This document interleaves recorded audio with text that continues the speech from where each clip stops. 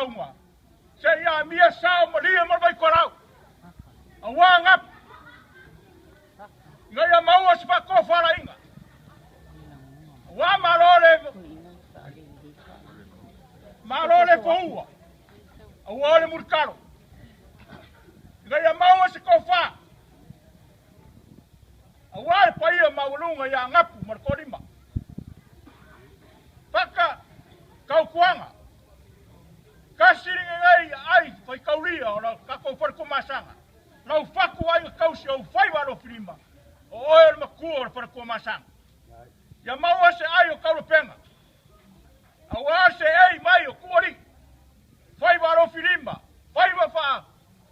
Au fa pai. Awa kau singa kunga mau. Ya sao mauli la so. Awara hofiak por sao maulolo. Ile murkalo. Aware fai maro mainga besangap. Lele maria lau kia kafu koko wal.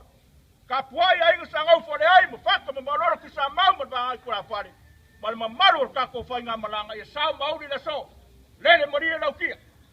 O mamanga.